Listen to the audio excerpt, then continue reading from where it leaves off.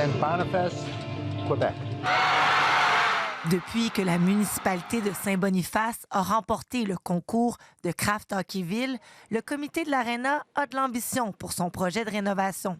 Il a présenté en décembre un projet de 7,6 millions de dollars qui suscite des questionnements. Bien évidemment, c'est une sorte de vache sacrée, hein, l'aréna d'un petit village, mais il faut vivre à hauteur de ses moyens. Je pense qu'il y a des infrastructures, point de vue d'aqueduc et puis d'égouts, ces choses-là, qui sont beaucoup plus importantes que l'aréna, qu'on pourrait rénover à moindre coût, sans aller dans l'extravagance de salles de gym, puis de bureaux, puis de salles de conférences, ainsi de suite. Et certains craignent aussi un dédoublement de services parce qu'avec la réfection de l'hôtel de ville, bientôt, des espaces seront aussi disponibles pour location.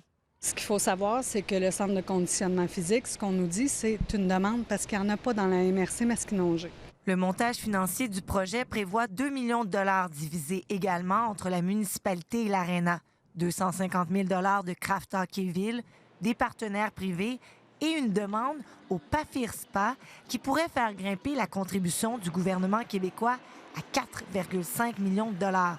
Le maire et le comité de l'Arena, eux, veulent profiter de la subvention gouvernementale pour transformer l'Arena en centre multifonction. L'objectif, créer plus de revenus et diminuer la facture pour la municipalité qui paie actuellement 175 000 $ par année.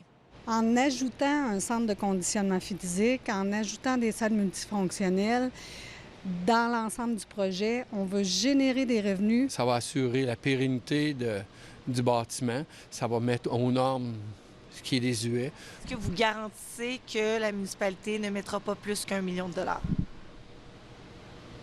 Bien, à date, l'entente, c'est de ne pas mettre plus qu'1 million de dollars. C'est ce qui est prévu. La demande de subvention provinciale pourra être déposée à partir de la fin février. Ici Valérie Gendron, Radio-Canada, Saint-Boniface.